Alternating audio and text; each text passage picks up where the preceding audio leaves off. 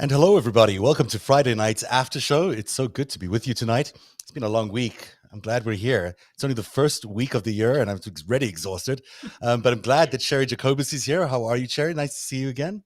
I'm doing well, thank you. Good to be here. Been a long And time. Cliff Schechter from the Unprecedented podcast is here. How are you, Cliff? I'm doing great, man. Thanks for having me here. You're both stuck in snow like I am here in Canada, but you're in Ohio, Cliff, and I gather it's a snowstorm there. Yeah, I'm in Cincinnati. We got hit this morning, so not a storm, but enough snow, and it's really cold, like It's really 12, cold. 10, 5. I don't know. It's no Too fun cold to to be go outside. No fun to be outside. And Sherry, how about you? Have you got a lot of snow there? Yeah, I'm in Maryland, about an hour outside of DC, over a couple mountain ranges, and we got hit last night. Like all of a sudden, I look out the window and there's a foot of snow. I didn't even It's know a it was good going time to to have a snow. COVID surge. These guys have timed it well. So there's that. Yeah, I know Silver line. Okay. there's a lot to talk about tonight, and we'll talk about the entire week, even though I can't believe it's just the first week. There's so much to talk about already this year. Mary Garland among them, Ted Cruz among them. I'm going to talk about my interview last night that everyone's talking about. It was a controversial one, no doubt, but boy, am I getting an interesting amount of reaction from both sides on that interview. So we'll talk about that a little bit later on. Zev, I just want to say before you get too serious here, just for our working at home bit, I wore my T-shirt for you. I just wanted to show it. Oh wait, to I you. can't really see that. Hang on a second. Let me see. Let me go to the No, widescreen. Can't make it out. Pants are bullshit. There you go. For the record, so are bras. There you go. See, I'm wearing Sherry and I neither are pants nor prepared for bra, working. so You win. But yes, I'm in my shorts right now. I am in my shorts. Are you in your shorts, Cliff? Are you asking me? Yeah. I was thinking of doing that, and no, but I am wearing pajama pants, so if that's okay. I've got a whole range now of sweatpants that are slash, you can wear it during the day. They're supposedly dressed up sweatpants, but they really are still sweatpants. You dress sweatpants. I have yoga pants and leggings, and that's the uniform now. And some kind of fleece like this. Yeah. I'm okay with it. I don't mind. In this weather. I don't need to be outside, and I don't need to be traveling anywhere. And I'm happy to wear my shorts and my sweatpants. Everything's fine with me in that case. So hopefully the audience is also at home, because that'll be nice if they're all here watching tonight. Let's begin. Without pants and bras. No bras, no pants allowed. It's definitely a braless, pantless kind of day. Those are the rules. We didn't make them, but they're the rules, so follow. People are also allowed to drink on the show, whatever it is you might want to drink. Go ahead and enjoy yourself. We'll have the polling up in a bit, but there is some breaking news today. I don't know if it's breaking, but I just read now that Mark Meadows has asked the Supreme Court to hurry up with their decision about Donald Trump's yet another court appeal to try and allow him to not share his documents, Mark Meadows' documents, with the committee, the Jan 6 committee. So they're obviously working in tandem over there, which is interesting.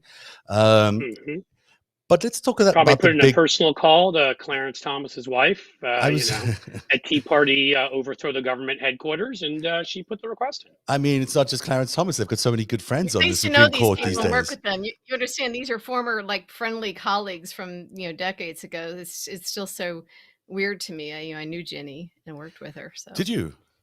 It's interesting. Yeah. I mean, I worked on the Hill as a leadership staffer, and she was with Dick Armey at the time. It was during the contract with American Republicans took the House for the first time in a generation. So I knew Ginny well and worked with her. Yeah. It's if it makes you feel better. I'm sorry. Go ahead. Go ahead. No, please go ahead, Cliff.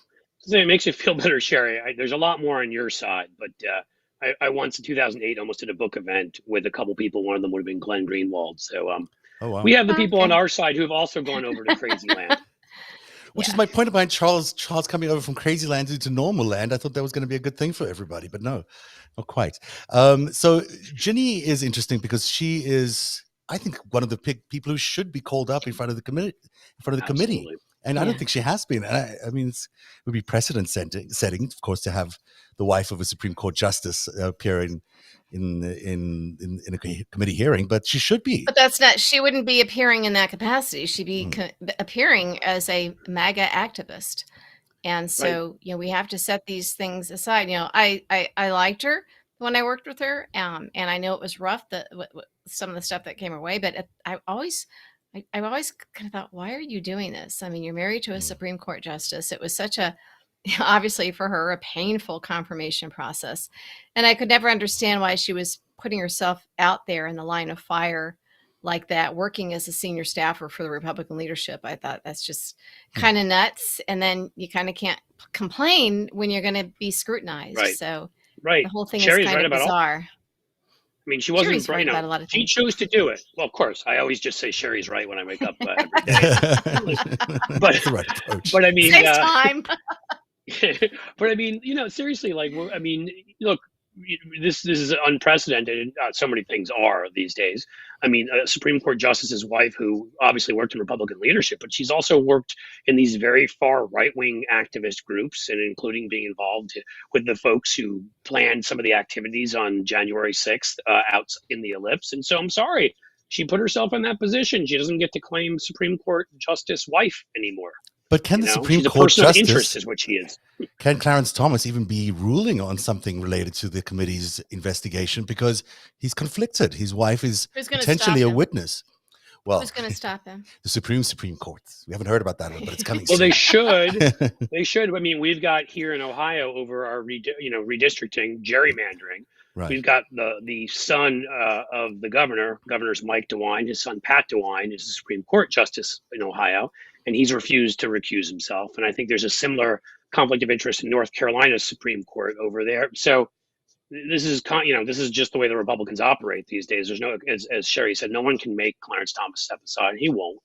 We are going to be in for one hell of a year this year, because there's going to be a lot of people just refusing to do things like accepting the election results of any of the elections that we have, or whatever. They're just going to be standing firm and refusing to do it. So it's going to be tense in 22. Let's be sure about that. Speaking of tense, Sherry, why don't you tell us a little bit about this guy? I know you adore him, Merrick Garland, the AG. And it's Sherry's best friend. Yeah. I gotta tell you though, I don't like it when people make it seem like it's personal. I don't know the guy. I don't care. I mean, I know nothing personal about him. I just know that he's not doing the job. And so I don't like, I'm very wary of Garland fans who are a little bit too passionate about it. I can see if you want to give him the benefit of the doubt, but I don't understand why you're insisting, in light of ample evidence that he's doing nothing, or certainly no evidence that he's doing anything, and you've got top legal eagles expressing the same concern. I don't understand the passion for defending him. Right. Because people like me, I want us to put the pressure on so that he will act. I don't think he has so far. I think the speech the other day was because of public pressure. So while pressure is like that is not supposed to work, he is a human being. That is how almost everything in life works. So I started not trusting people who push a little bit too hard on this.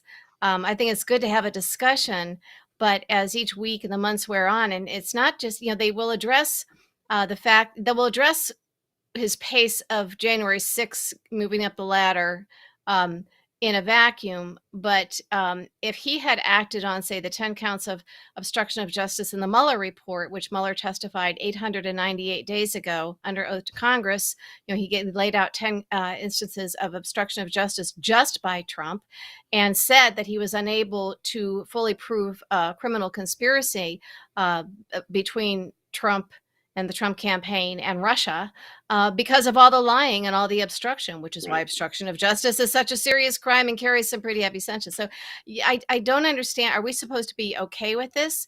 And my feeling is they're sort of, like boiling the frog slowly is what I've said a little bit on Twitter. They want us to get used to and sort of accept the fact that Trump is not going to be held accountable for at least 10 counts of obstruction of justice in the Mueller report. And if they can get you to be okay with that, they can eventually get you to be okay with Garland doing nothing or close to nothing, throwing us a bone on Trump for January 6th and his other crimes. And that's what really scares me, because then you get into a position where you've got Democratic Party operatives and partisans saying, you have to vote Democrat, you have to turn out and vote no matter what. You can't be mad about this. And as I'm sure Cliff knows, we wish that would happen, but voter behavior just doesn't operate like that. Disappointed voters that turned out in droves, particularly people who don't vote Democrat in a normal year, they voted for Biden and Harris and for Democrats in the House and the Senate sort of to hold Trump to account. We thought finally we get to save America and fix this and put these people people behind bars and throw the book at them like it should to save democracy. So if that does not happen, be it fair or unfair, voters will stay home. They will be pissed off. I should tell everyone, by the way, you're seeing a poll on your screen. You can log on to narativ.org/TV, where you can also comment in the chat, and we'll take those questions and comments onto the screen. But you can also vote on this poll, which we're asking people: Trump will be indicted for January the 6th soon or never going to happen? I know where I stand on that. Or for anything else. Yeah, for anything else. But I thought Jan 6 would be an interesting one to go with. But you're right, for anything else. Here's what I think, and Cliff, I'm going to let you sound in on this next, but I think that it's impossible for them to actually indict Trump. I think that he's an informant, that he has been an informant for the FBI for many years, and as such, he has sort of protections that he's not going to be prosecuted. And I think it's making it very tricky for them to indict this man. Now, that doesn't mean they can't indict everybody else around him. But I think for Donald Trump in particular, who's a known informant, we've all researched and reported on it, it's very difficult for them to argue their way that they can prosecute someone who's already got some sort of prosecution agreement. Only on federal crimes? Yeah. Interesting. Yes, I think of federal crimes. I think what they can do is what's happening in New York, where they are going after his business. And I think that's where we're going to see the action. It just doesn't seem like there's any other way for us to see any sort of agreement on any sort of prosecution. I think it's putting them both in a box. I think Garland's in a box, and I think Biden is in a box. When you look at the 88% of people in the Democratic Party who think that democracy is in trouble, a lot of those people want to see Trump prosecuted. They're not going to see it come November, and that's going to be very difficult from an election perspective. And I think that's the big thing that Biden's struggling with, Cliff. Well, yeah, I mean, let me start with saying, obviously, Sherry, I was kidding. I know that your dislike for what's going on is not personal with Merrick Garland. I've said, I mean, I haven't been as strong in terms of my condemnation as Sherry has, but I've spoken about what I know about, which is communications. And the fact that this was the first time he had anything to say, I've had a real problem with that. I mean, again, you can't compare this to Watergate or anything else, because there's an ongoing conspiracy. There's ongoing efforts now with who they're putting in They want in Secretary of State's offices and state legislators. They want to overthrow elections. They've made it clear. So you need to get to the heart of it. And Donald Trump all the time is thumbing his nose at them and encouraging, the kind of behavior we saw a year ago on January 6th. So this needs to move obviously in a quicker way, but we also need to know what's going on. And Merrick Garland didn't have to get up and constantly tell us, oh, well, here are the names of who I'm looking into, and here's the people I'm talking to. I know they can't do that, right? But the two things I've had a real problem with, and Sherry said one of them, is why nothing on obstruction of justice?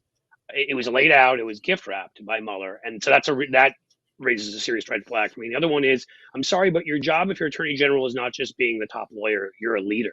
You run a cabinet, you run a part of the government, and an important part, right, that enforces the law. That means you need to be talking to us, and he easily could have, set up something every week, where he just so we were reassured that he was doing things, and he hasn't done that. So I thought his speech was certainly an improvement the other day, but if I were to tell you, if you're saying overall, I sadly have to agree with both of you. I'm not confident that Trump won't be indicted. I'm not at that point, but I'm certainly not confident that he will be.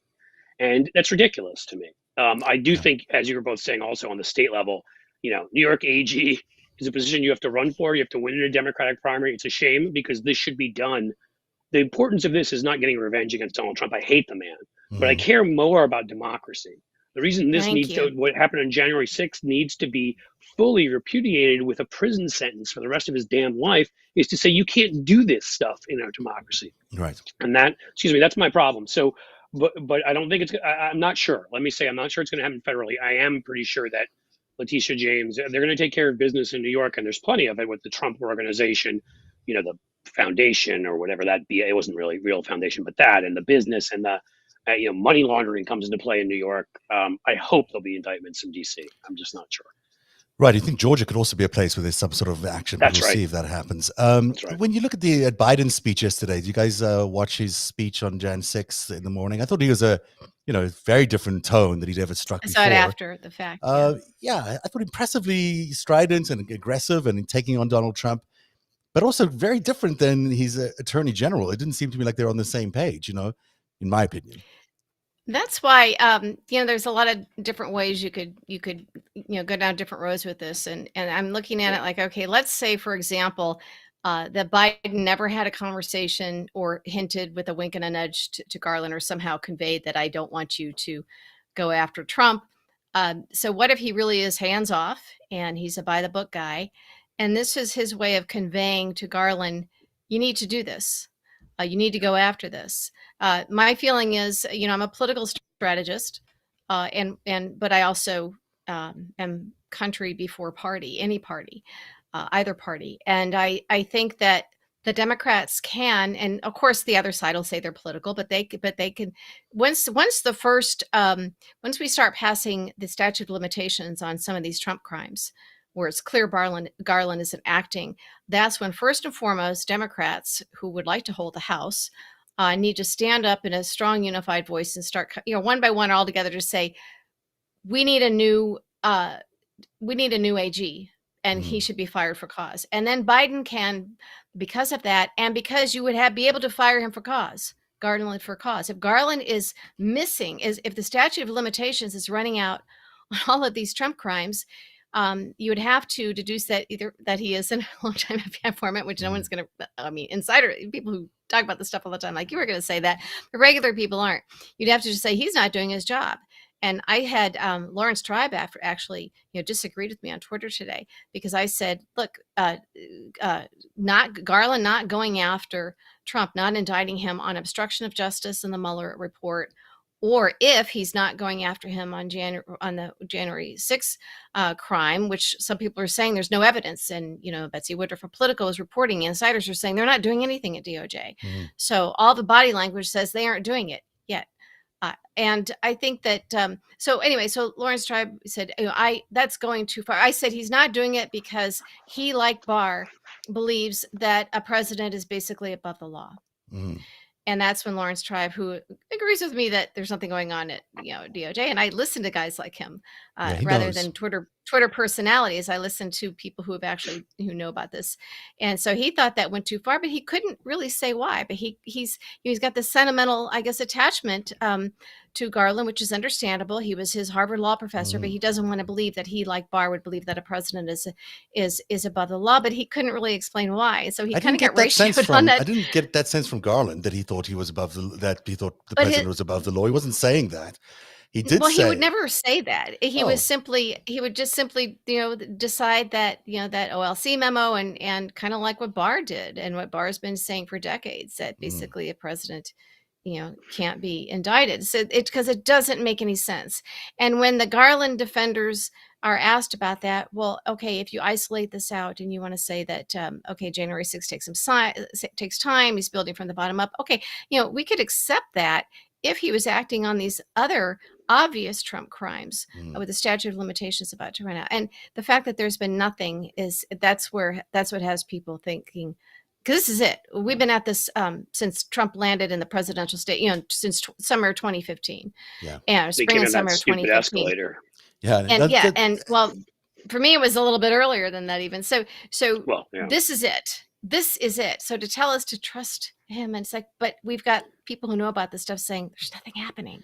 Well, there's also running out. Talk about statute of limitations, Cliff. There's only 10 months left before the election, and then everything changes. I mean, presuming, as everyone is presuming, and I don't know why everyone is accepting this as fact, but presuming that the Republicans do better than they've done and they take the House, everything sort of changes then, right? The rules are off, the gloves are off, that everything changes. Well, people are presuming first and foremost because generally the party that has the presidency loses seats. I mean, people get pissed and they want to be pissed at somebody, and they're pissed at whoever holds the presidential office. But, additionally, and, Cherry is critical of her folks, and I am critical of my folks. Like, I don't know what it is about Democrats why we suck at messaging so badly. I don't know what's so difficult about picking a couple of key phrases and lines from like marketing 101 and repeating them over and over again. I mean, imagine, we're talking about this on my podcast today. Imagine the Republicans took the term Benghazi, a city or town in a country that most people in this country, let's be honest,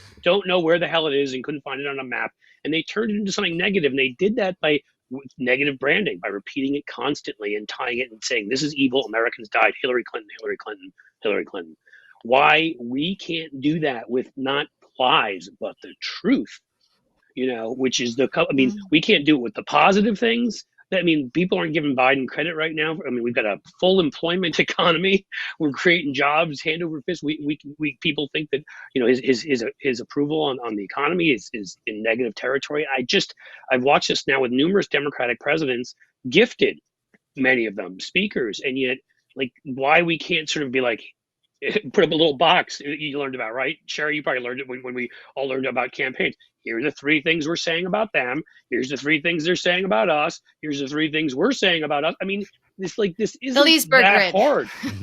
Yes, thank you for that. This isn't that hard, and it just drives me insane, because if we could do that, and we were willing to make it about the major issues, and also that's the other thing is, we're timid by nature, we're cautious, we're willing to go out there and say they, in plain language, they are a danger to democracy and all the reasons why. I've summed it up, I think I said it on this show before, the party of COVID, corruption, and coup. I love that. All the ways I say it all the time now.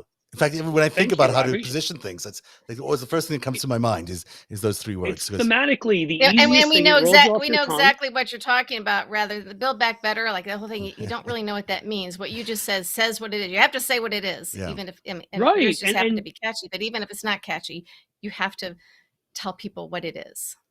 Correct, and you've got your themes set up, and then under those themes, you now have primed people. And I'm sorry, I don't want to take too much time here and let everybody else in. But once you've primed people, as you know, with those themes, then the next time a Republican comes out, and the Texas Republican Party today, tweeted out masks are dumb. Bunch of high-level people they have running the Twitter account there of the Texas Republican Party, by the way, not children. But when they tweet that out, you can be like, well, of course, because this is the party of COVID, corruption, and coup. They think it's okay if your grandmother dies of COVID. They don't care. They don't want you to wear a mask. Everything you can fit into those themes. And when they do, I'll say just quickly, the coup stuff, obviously everything from January 6th to these lone wolf attacks on people, with guns, to everything else from right wingers, you could fit in that, and I do think you could, to quote Donald Trump, put up a wall, in when the election comes around in 22 and say, these are the stakes. You want to be pissed and whatever, but you want to put them in power. Here's what they will do and have done to democracy. Here's what they have done with COVID. Here's their attacks on the economy and their corruption. Make your choice and make it a referendum. And the last thing I'll just say, I'll let Sherry. I don't want to take over. I don't want to take Zev's spot, but I want to ask Cliff a question. Cliff was going to finish. We're going to say something, Cliff, and then Sherry, do you want to jump in after that? The one thing I was going to say, and maybe this is related, is also the one thing that Biden did badly the other day that we still do is we always make it about Trump. It is not Trump. It is their entire party. It is Marjorie Taylor Greene and Lauren Boebert and Madison Cawthorn and Ted Cruz and Josh Hawley. And I could go on naming these just repellent figures. Now I'll shut up and let Sherry ask. No, I actually wanted to ask you. I want to ask you a question, if that's okay. Yeah. What do you think?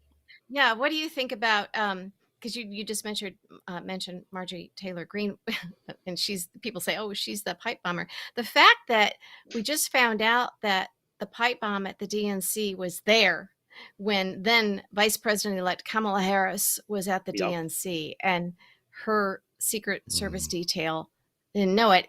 And in fact, we wouldn't even, so this was not a bomb threat because it wasn't called in. There weren't any demands made. This happened when somebody who was doing her laundry or something happened to accidentally find the pipe bomb behind the Capitol Hill Club, which is adjacent to the RNC. And so they immediately said, when they realized what it was, they said, go over to the DNC. They quickly thought, okay, if they have it at the RNC, they're going to have it at the DNC. And they found it, which means she could have been the vice president-elect. Yeah, absolutely. Yes. Good, the vice president and the vice president-elect killed on that. Well, that's the point, right? So there was probably a plan to do it to Biden. So what do you make? People are talking about it. It should be like, but we just don't like if most of the time, sadly, and everybody here has had roles in mainstream media, so I think we all know this. They will do the milk toast. He said, she said. Now they've gotten better lately. The Atlantic had that one issue all on democracy. A great column by what's his name? Dana Milbank at the Washington Post calling out his own people. There've been some movement in that direction. NPR and AP did stories where they called out Trump people. They didn't say, well, some people say that. But the point is that they're never going to do it on their own. Democrats need to push the issue.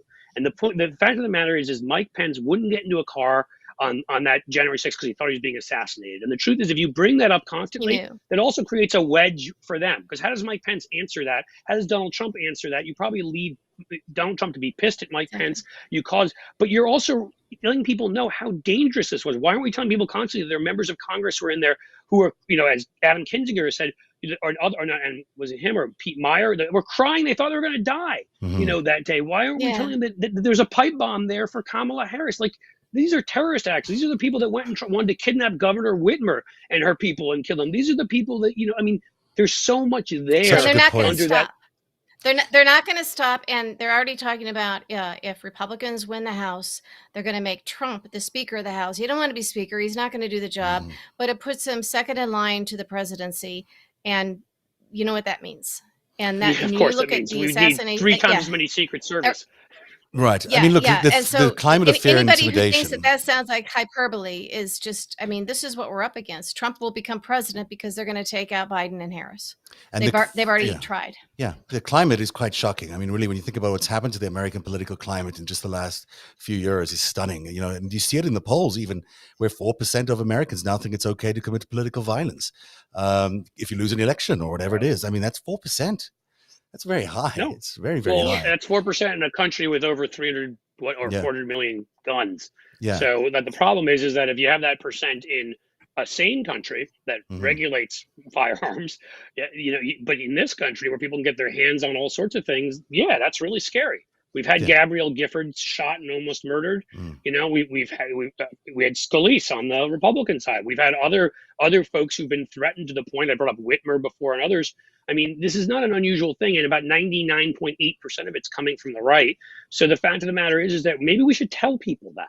I mean, on January 6th, there was an attempt to take up the entire Congress and the vice president, and no one seems to think that that's very serious on the Republican side at all. Well, I think that they probably had plans to do something to Biden that day that we just we don't know about yet. Could be haven't discovered. If they had pipe bombs, they were going to take out Pelosi. They were going to take out Pence. There were plans during the inauguration as well. There were plans that we don't know what they were, but they were planning something. The polling so far, 5% say that Trump will be indicted for January the 6th soon. 25% of you think that's never going to happen. Some comments from people on the chat room. It's at narrative.org/TV.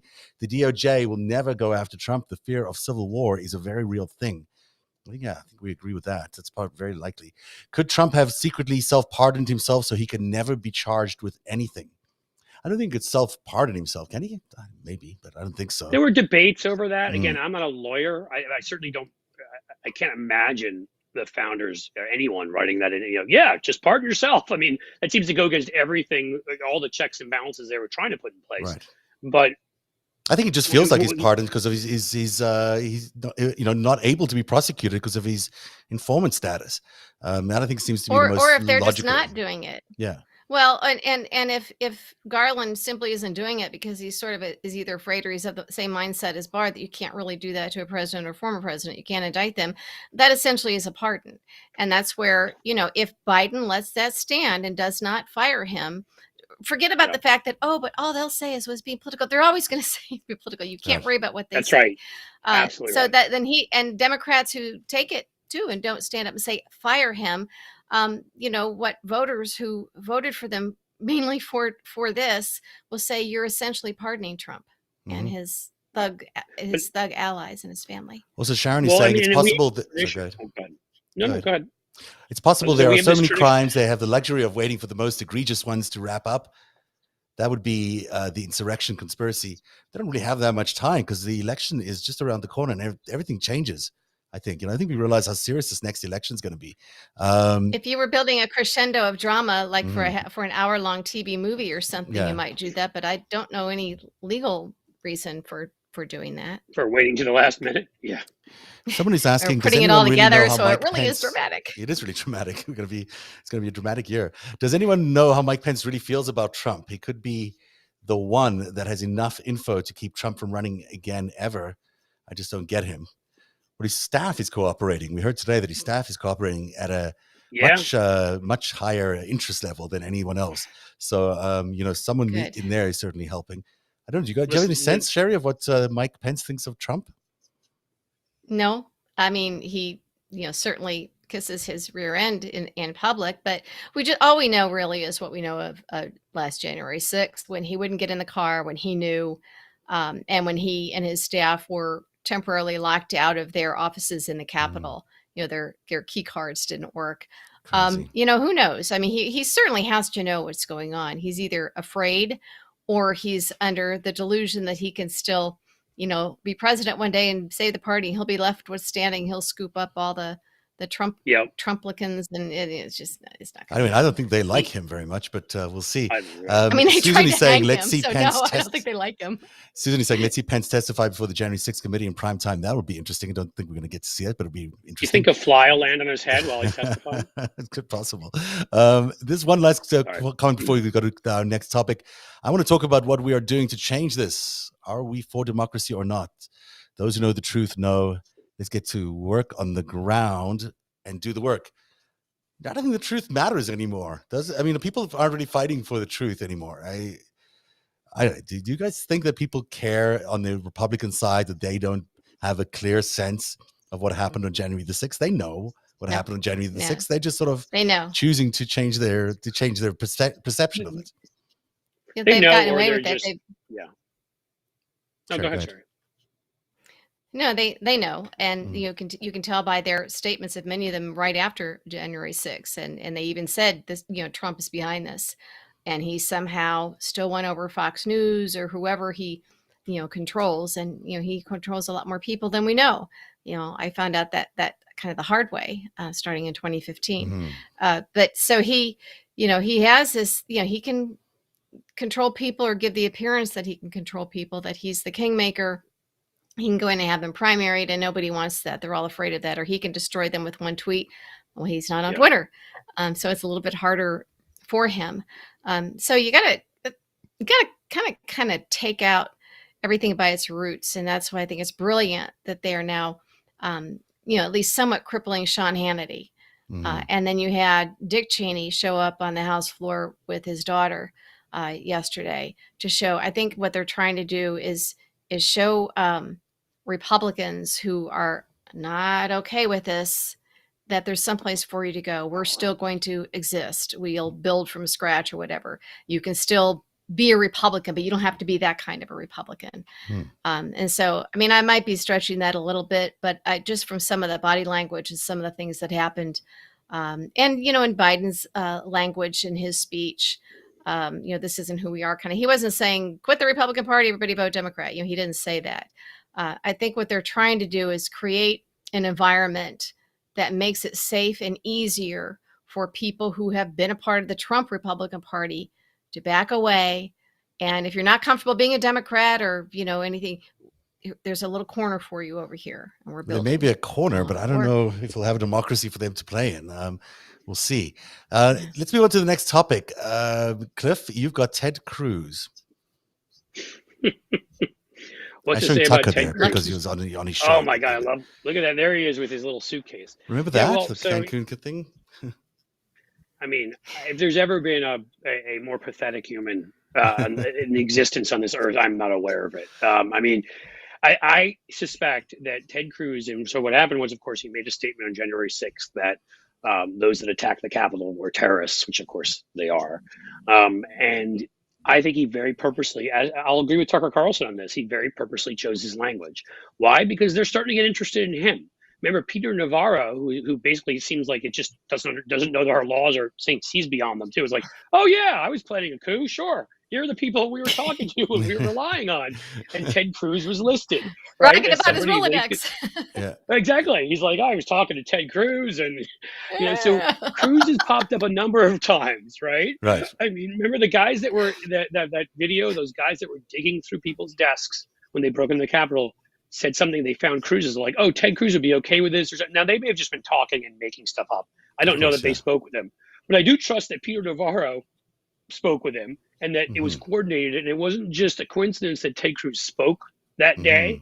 And then also that he was one of the 9 senators that voted against. They voted to overthrow our election. Let's be honest. I think Ted Cruz was involved in it from the start and must have been. But he did call it a terrorist attack, which I thought was stunning. But that's why. I think he's overcompensating. So he was overcompensating on the other side. Like, oh, yeah, they're terrorists, because I think he's getting a little worried because the House, unlike over the DOJ, this House committee seems to be doing their job. They're leaking stuff out brilliantly, as Sherry was pointing out about what they've done to Sean Hannity.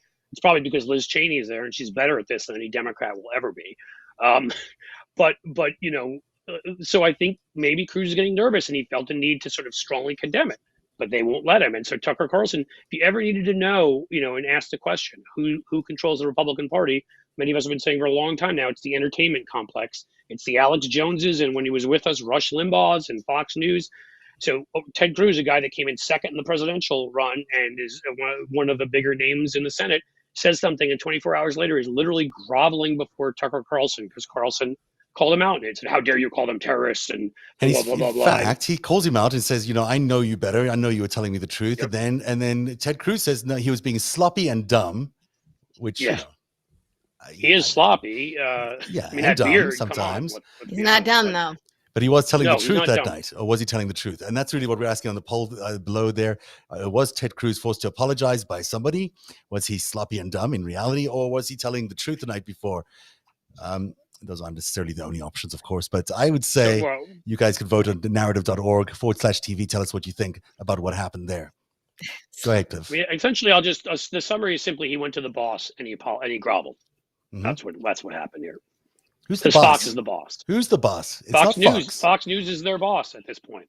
I think there's a bigger, we always see it. We talk about it a lot. We talk about this overarching, community of very powerful billionaires, of the CNP, of, perhaps people from other countries as well, who are operatives, who are have a lot of invested into America becoming disrupted and chaotic.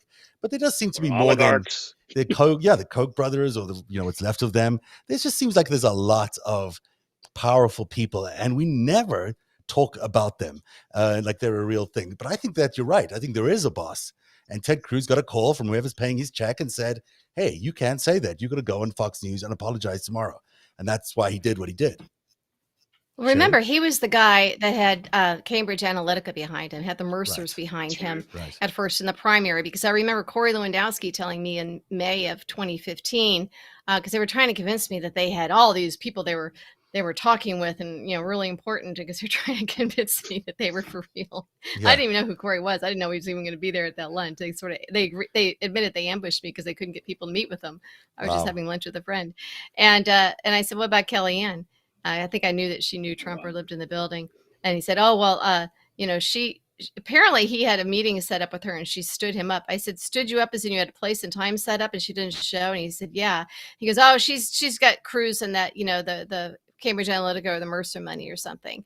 Well, when the Mercers switched from Cruz to Trump, Kellyanne and George went with him. Mm-hmm, they move where the money was. So, it's not that, everybody is we think that MAGA is so gullible, but, we've got some on our own side. You got to be really careful who you make your heroes, because there's people infiltrating different parts of movements. You got to look at what their agenda is. And if you're big in CNP and the Federalist Society, just look at, say, what does Leonard Leo want? And whatever Leonard Leo wants, he's going to send people out there to do it. He controls a lot, and the people who give him money, they have an agenda. And so it's important to know this stuff. We do so much in social media. It's kind of the wild, wild west, but you're right that there are key players that we don't hear about that much who pull the strings. And so Ted Cruz, they know that Fox News obviously is a part of that, but that doesn't happen in a vacuum. It is CNP. It is a Federal Society. It's Leonard Leo. It's, the surviving Koch brother. At one point, a little bit of it was Sheldon Adelson. Right. When he leaves, when Donald Trump exits the stage, which will probably be before the next election, in my opinion, there'll be somebody else who's going to be just as powerful, not really powerful, but will still be responding to these bosses. But he'll be replaced by another figurehead. Donald Trump is not. It's not about getting rid of Donald Trump. It's not about getting Donald Trump in jail. It's about trying to figure out how to weaken this infrastructure that's supporting the GOP. Producing all these lunatics. I mean, was the point I was making earlier, that was the one thing that Democrats in general and Biden's speech, which I think otherwise was a great speech, but we, and I know what Sherry's saying, we have to create a place for people who have been Republicans who want to move away. At the same time, when it comes to elected Republicans, Republican elites, whatever, we can't pretend when, 137, 139 or whatever House members vote to overturn our election that this is just Donald Trump.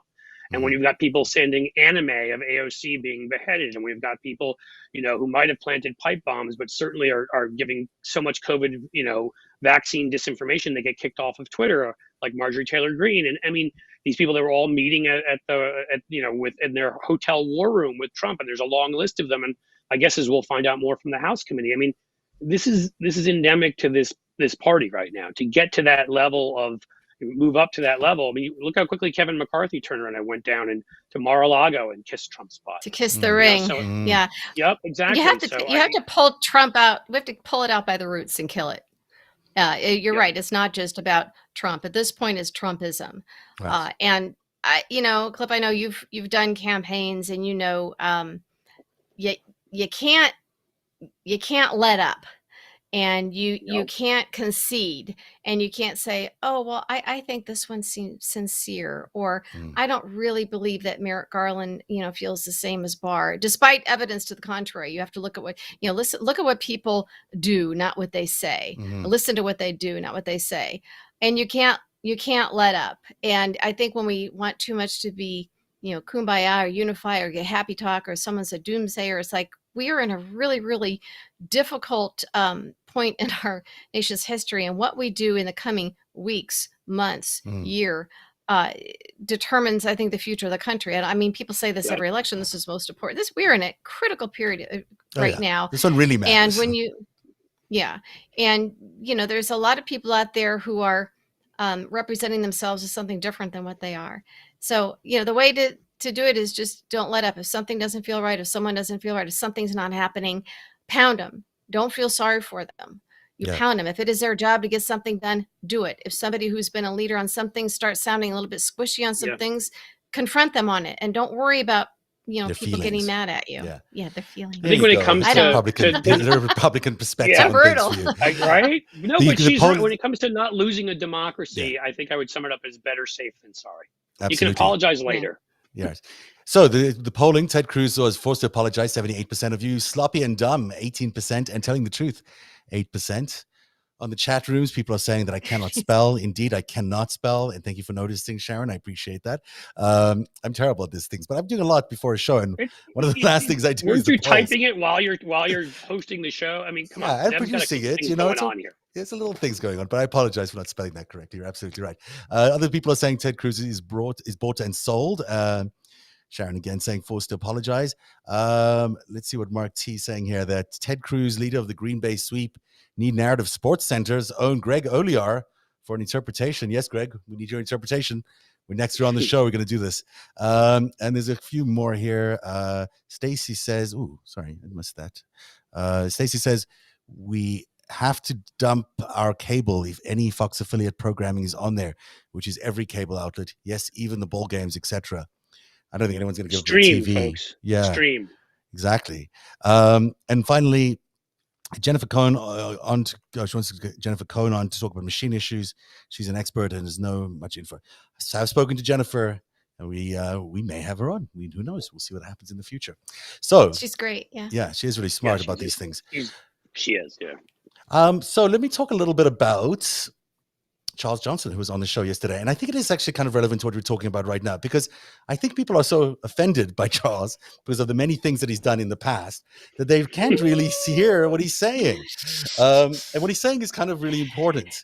So I am not going to ask either of you to defend him in any way or defend me in any way. But I will say that, for my money, there was a lot of people angry at me for putting him on. I was expecting that. And that's why I did all the work that I did to verify him. And it wasn't your typical work of verifying him. I went to every, official source that I could get. And there was many of them at many 3-letter agencies that you can name.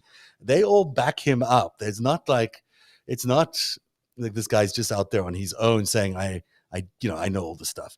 So that's one thing. He's when I say vetted, I don't mean the facts are vetted. He is vetted. He is also the founder of 3 different companies. One of them is Clearview, which is a very challenging company for some people because it's facial recognition. On the other hand, it's also the company that's the FBI contracts with for facial recognition. I don't think they would be contracting with a company for facial recognition if they knew the founder was, some terrible pedophile or whatever other things that people might be saying that he is. So I think there's some critical things about what he was saying that people are missing because of his history.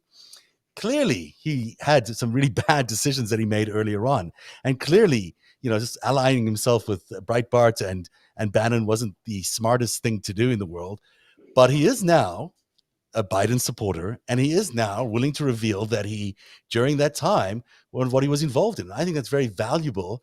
For the first time, we've actually had someone on the inside there saying, yeah, they did go after the alt-right in a way to build up this base that was going to be violent and maybe led up to January the 6th. I think that's, important for us to be able to hear, even though we may not love everything he did in the past. And I don't know if he loves everything that he did in the past. I think he's quite upset about some of it, but nevertheless, that's what he did. There's so much that he's adding to the conversation right now that I feel like it's, there's a challenge in this community where people aren't listening to the other side. They're not even willing to listen to the other side, no matter which side you're on. So you've got the Republicans stuck in a MAGA world. You got the left side stuck in the left. And what you get is January the 6th because no one is willing to talk to each other. And I really, that's what I think the lesson out of yesterday was for me in terms of the whole January 6th 1 year on, is that we are still stuck in this incredibly divided country where, 88% of people think that that democracy is in trouble across the board, but we all think it's in trouble for different reasons. And until we sort it out, we're going to be heading into a very conflicted situation going forward. So without having to ask you to talk about, putting in that position of talking about Charles, but, when you think about the polarization of this country and when you think about how do we fix this in the next 10 months, do you guys have any idea of how you might pull that off? How we might pull that off? How do we get to unity? I don't think that you can do anything if Trump isn't indicted for his crimes and the people around him. I just don't see the people who, we knew Democrats are going to vote Democrat, go vote blue. They're going to always have the base. But in the midterms and in 2024, if there aren't indictments, people aren't going to turn out to vote. That'll be the biggest voter suppression than anything the Republicans could do. It will be. I mean, you can't get people ginned up for something and then. But we're not going to get him. I don't think we're going to get an indictment of Donald Trump. Maybe in New York State. We're in serious trouble. Yeah, I think we'll. Yeah, democracy's in serious trouble. And I think that'll be such a disappointment that people who voted Democrat for the first time in their life, or the first time in a long time, or maybe voted for the first time in their life, because they were so concerned and terrified and angry, and just assuming that under the Democrats have the House and the Senate and the White House, and just assuming that this would happen. And then we're in a situation now where we've seen nothing. There is more than concern. There's fear, more than a sense of betrayal. I think people are terrified that there's nothing we can do, because if you can't do this by electing people who are in a position to do it and they're simply not doing it, and we aren't told why. We have to be told why. I think the truth is really important here. And, going back to Charles, I think it's one of the reasons he's stepping out from, an interesting role, which may be that he's breaking a cover. I don't know. But he's certainly, he's trying to get some truth out about how foreign influencers and foreign operatives are in our system, that there's a lot of blackmail and a lot of corruption in our political parties by foreign governments. It's, it's one of the things he's made a clear point on yesterday. Well, we know that, though. I mean, they all. But I mean, think, Putin showed off to the rest of the world that he could get U.S. Senators and House members to go on the 4th of July to Moscow. Right. I mean, that was him. But showing. Think about all of it. Mm-hmm. No, I'm sorry. Go finish up, Sherry. No, I was saying that was Putin showing the rest of the world how he was able to do this in America. He didn't pick that date arbitrarily. Right. Absolutely. Right. No, and that date was quite purposeful. And I mean, I was going to say the thing is, Putin seems to, obviously by far seems to be the worst. But we've got Mike Flynn for Turkey is going to rendition somebody out of our country. And we don't think that somehow, that these guys, and for all we know, it's still suspicious of Jared's connections, to Saudi Arabia and Israel. And they're murdering, and they're right, in Israel too, and Netanyahu, but they're murdering a journalist, and so, I mean, that's the problem, is that we've got these sort of the borders of countries have disappeared, and money gets across borders and messages get across borders with social media. And the problem is that you've got in these corrupt countries now these people that have stolen, the country's money to the tune of billions. They can pay off American journalists and American politicians. I mean, does anybody think, even Kevin McCarthy himself, when he was caught in a moment, said he thought that Donald Trump and Dana Rohrabacher were being paid, right? Rohrabacher was a member of Congress, right? And I've asked, we've had on my show, we've had, Malcolm Nance, and we've had some people that I think are very smart people about sort of national security and these kinds of matters. And we've had these conversations because it makes no sense to me as somebody who hopefully can critically think and look at patterns that, we're going to buy off Trump and one congressman. If you can buy off one congressman, you've bought off 30 congressmen. And if you've bought off 30 congressmen, you've bought off 100 journalists. There are journalists who I've looked at on the left and the right, who used to, at least, they maybe had quirky opinions, but they were their own opinions. And suddenly, lock, stock, and barrel, they're saying what's either coming from Russia or coming from China or coming from, I think this stuff. So I don't know what Charles Johnson knows. I just found it fascinating that when you had him on, I'm like, I don't think I've heard that guy's name in however long. I didn't even know he was still, I didn't even know where he was and what he was doing. It took me a long time to actually convince him to come on, and it's kind of the things everyone's like, well, how did he book himself on your show? I mean, I don't have bookers. I have me. I call people who know what happened, who were in the room a lot of the time, because I want to know the facts. If I'm putting together a narrative on what happened with Bannon in a certain period of time, I know Charles Johnson was in the room. I'm going to try to reach out to him. I'm going to try to reach out to Bannon to find out what they said and what was going on. They were there. I can't decide what was happening just on my own. And I think, Charles is one of those people who is willing to share that information. I think it's relevant to maybe his change of opinion, but also because I do think he plays a unique role in which is not as clear to people as it is. And you have to sort of read between the lines of some of the things he was saying yesterday. But, he's got I don't think he's an unpatriotic person. I'll put it that way. And I think he's definitely got America's interests at heart in a lot of this, even though I know people like to focus on things he has said in the past, which are horrific and terrible things, but there are also things that he might have said under cover for a particular reason or another. And I'll leave that for him to discuss at a different time. Can I just go to something that Cliff was saying? You were talking about a journalist being paid off or whatever. I may have said this before on this show, but in the summer of 2015, I was living in New York, and I was at Fox News a couple times a week on Fox Business. So I was there in the studios, and it was really odd. This is before we knew anything about anything. And I had never experienced this before. Here we had, 15 people in the primary? And you'd expect, Fox to go right and the others to go left when we eventually had nominees. But I'd never seen anybody backing a primary candidate, particularly, I take that back. There was McCain and Bush, but when it's down but not at this stage. And I've been around a long time, and I've, been, part of the K Street crowd for different presidential campaigns and late night, meetings with them. So I've been, at the table. And every time I would go to Fox that summer, where one time people would be talking about Trump or some stupid thing he did, what a buffoon he was. And these are people I'd known for a long time.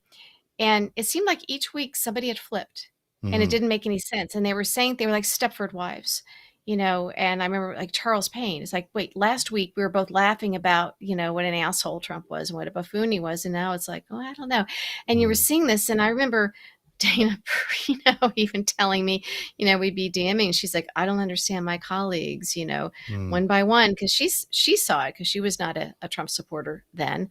Eric Bolling, of course, he was supposedly tight with Ivanka, whatever. But it was really, again, for somebody who'd been around for decades and been this close to it, this was weird to me, just weird. And I would get down, I'd leave the building, and I'd right away be out there, 6th Avenue on the phone. I, call my mom or something, say that was really weird.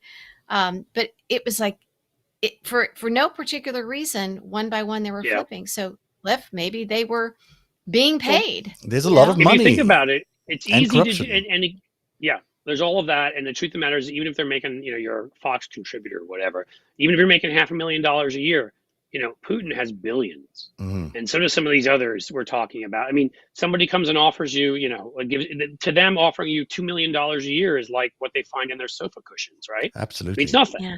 For you, it's life-changing, you being one. And let's be very clear, I'd tell them where to stick it. But, I mean, and I'm not claiming to be perfect or whatever. It's just I do. But there's actually, money. like, There's a care lot of about my money. country.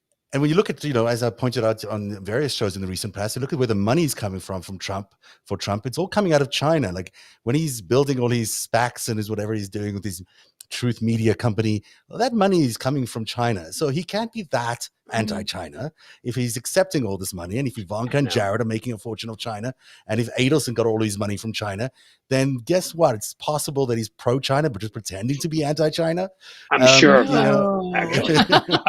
I mean, come on, Pompeo is invested in that company over in China. I mean, you start looking at all of them. I mean, I'm sorry. And if anybody dares to try to call me racist for this, I swear. But I mean, Mitch McConnell's connection. I mean, people would pointing out that he didn't just marry someone from China. He married someone whose dad was like roommates with one of the top members of the Communist Party there. I mean, there's always, to me, been questions there about what that connection was. I mean, can you imagine on the Democratic side? Oh, no, I just happened to marry somebody whose dad was, roommates with the head of the communist or one of the top people in the Communist Party in China. Anybody who thinks there wasn't some sort of influence there. I mean, I think this stuff is here, Sherry. I think it's here horribly right now. But I think in some level it's been going on here for a good generation. But I do think this is the autocracy thing. This is the autocracy threat, is this money threat. I mean, this is a lot of mob money. It's a lot of, dirty money. That is what's buying up our system. That is what's changing our minds from, from being a democracy into an autocracy. It's the money, and it's dirty money, and it's coming from overseas and from places that you would never want to admit that you're getting your money from. But that's what's the problem right now. That's a harder problem to solve than just telling people. Well, I mean, in anything, they find it. The people that they need to control or silence, or at least get them to not go after this person or that person, they know what their financial issues are, their peccadillos, and they will, they find a way to put money in your pocket and, to the degree possible, control you.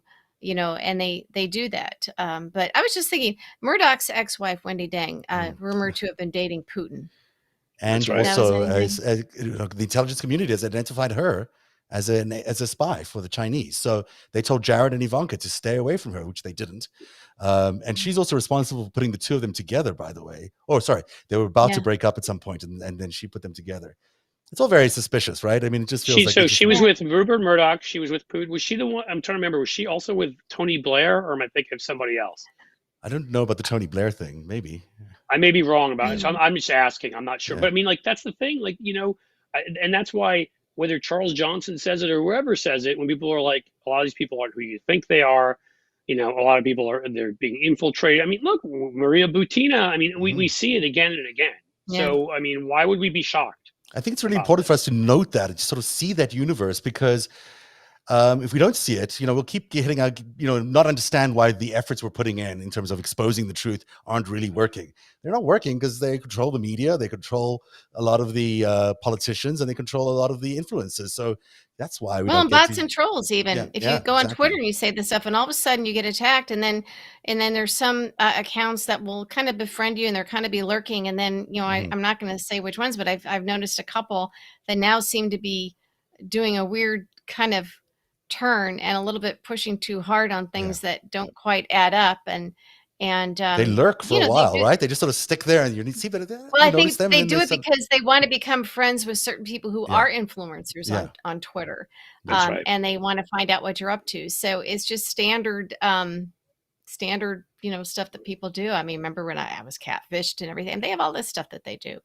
and so you have to be careful. Who absolutely you trust. If something doesn't smell right, I mean, there was an account, a little while ago that I'd been in touch with here and there, and I've noticed this weird stuff coming out of it, saying, well, Trump didn't really have anything to do. He wasn't one of the planners. They're not going to get him for 1/6. And you can't go after obstruction of justice, and because it's been too long, you have to. Just this weird stuff of somebody who had pretended to be so anti-Trump. And now when the chips are down, we're getting close to something, this account is going the other direction. And then you go to click on the link, the profile, and it's a dead link for whatever the company is, Interesting.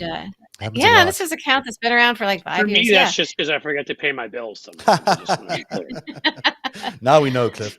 We're almost out of time, but I just want to some comments from people. People are asking more about this undercover stuff and the 3-letter agency stuff. I'm not saying that he works for a 3-letter agency. I'm not even saying that he doesn't believe what he said. I think he does believe a lot of things about Hillary, and he thinks he does believe a lot of things that he said, most of which I challenged last night during the interview.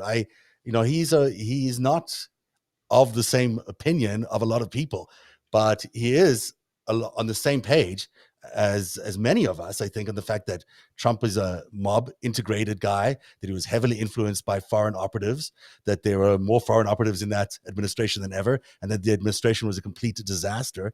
He's very concerned about the role that Jared had. And he was also basically, and I haven't heard an operative from the Trump side say this, that he does believe that there was a lot of collusion, that there was foreign interference in that election. And you don't get a lot of Trumpers saying that. I know we all think that, but for us to have an opportunity to hear that from someone who was in that circle, I don't have a problem with I want to be pretty clear, just to say quickly, we don't think it. We know it. It happened. I mean, right. It's all how you want to define words, but the fact that they can get us to the point where we have to say it that way because they push back so much. It's Manafort handed over polling till Kilminnick, who handed it over to Putin.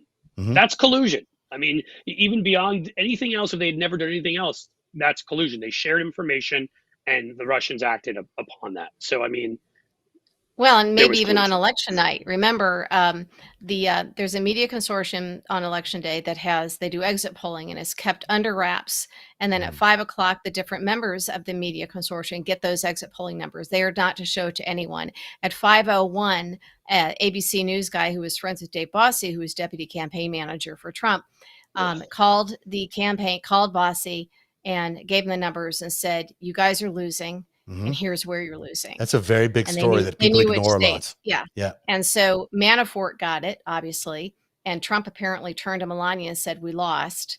And all of a sudden, the magical unicorn thing happened, and these states that had Trump down in polling, but they were close enough, all of a sudden they patched together just the right of 77,000 votes divided between 3 key states in just the right way to make sure that it put them over the edge with the Electoral College.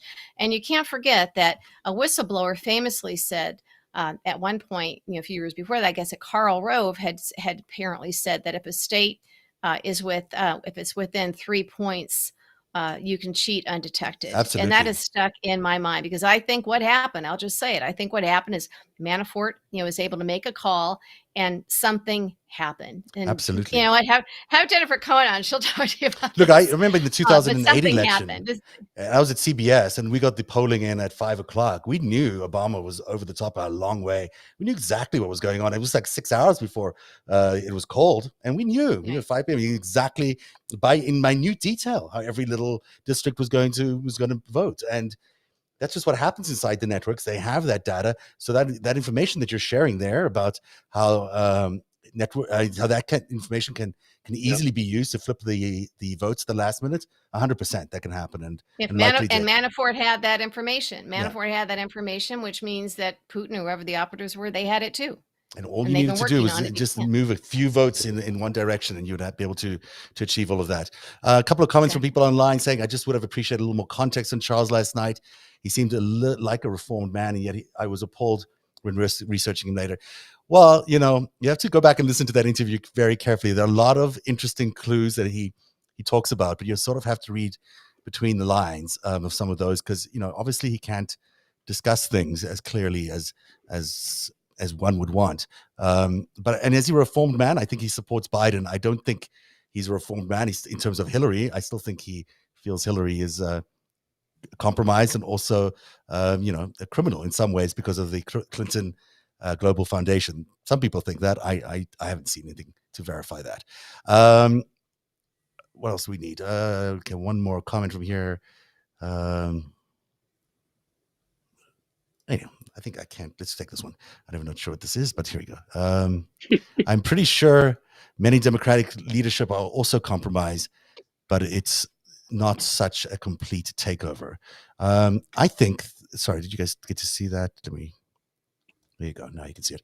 I don't know. What do you guys think? Are Democratic Party leaders also compromised? You want to go, Sherry? I don't know. I haven't seen evidence of it. No, that's what I would say. I mean, is it possible? Well, anything's possible, but I've seen absolutely zero evidence of it. So, I mean, Yeah. There's no reason it must be all politicians have in some way or influence think it's, funding. Well, some Democrats, not leadership. Like, is there a reason to think Joe Manchin might be? Perhaps. Yeah. There's definitely reason to think some Democrats are, absolutely. And Cinema for sure, just judging by her clothing budget, but everybody else. Look, I think we're in for a very difficult run this year, but I thank God we have a Democratic Party that seems so principled and is willing to fight. I'll be interested to see who will replace Pelosi. That is going to be an interesting battle because I think it'll change the dynamics going forward. Last thoughts from you guys, and also tell me if you want to promote anything. Let's start with you, Sherry. Well, I don't have anything to promote. As you know, I just coming off my cancer year. You so look I'm great, just by glad the way. that my hair is growing back. You really do. Back to doing this a little bit, and I have clear scans, and so I'm looking forward to 2022 for that. We're so thrilled to hear that, and you look fantastic, and it's so great to have you back. So welcome back. So I hope to be getting back to doing something. I don't know what it'll be. And it's at Sherry Jacobus is the Sherry Twitter Jacobus. handle. You can go to my website, which has a lot of my old stuff, my old podcast stuff on it, and that's sherryjacobus.com. You can see a lot of stuff that I've written and what I did up until it was about a year ago, and I had to shut everything down and take care of business. It's been one difficult year. Well, I'm so glad you're well healthy and back. So that's great. Thank you. And Cliff Schechter, I don't have your logos. Last time I had your logos, I apologize. But you can tell us a little bit about the Unprecedented podcast and whatever else you want to talk about. Well, yeah. So you can find that. It's Unprecedented because we named it purposely to make fun of Donald Trump, who didn't know how to spell unprecedented. And we wanted to unpresident him. So it was a double entendre, if you will. It's very good. I'll co-host that with John Aravosis. You can find us, anywhere you get your podcast. Grab it at iTunes and other spots, and we're on Patreon. We've had Sherry on. We'll have to have you on, Zeb. I'd love to go. Many other folks, and we talk about the issues of the day. I've got a firm, Blue Amp Strategies. We wrote some TV ads for Joe Biden and some other people. So we do that. We do PR, and otherwise just find me at Cliff Schechter. Exactly. The name on the screen there is I made it very easy for you to find me on Twitter. It's just that combined into one word. Here. And the at. It's good when people do that. It makes it a lot easier. Cliff, what would you think of the current advertising and marketing effort around Biden? How do you think they're doing? I wish, as I think I was saying this earlier, there just needs to be, they need to better explain the economic plans and what's happening. It's an incredible story, frankly. And with the resistance on COVID, what they got in that original COVID bill, what that did for us is an incredible story. The checks that were sent to people's homes, and they need to tell that story. They need to pick a few things and hammer it home every day in every possible medium, constantly. And so I'm hoping they'll get, we'll hear more of that. There must be so much real elation that came up with those checks, and how much excitement there was from people. We haven't seen it. We just haven't been able to see it, partly because of COVID, but you're right. Very good point. Well, thank you both, Sherry Jacobus and Cliff Schechter. Thank you for being here on a Friday night on the after show. It's always great to have you on, and hopefully we'll see you again soon. Thanks for having us. And for you at home, we'll see you again next Tuesday with the after show, not the after show, Narativ continues our investigation. And we'll show you a little bit more about Charles Bausman, the Russian operative who was spotted on Capitol Hill on January the 6th. That's coming up on Tuesday. We'll see you then. Have a great weekend, everybody.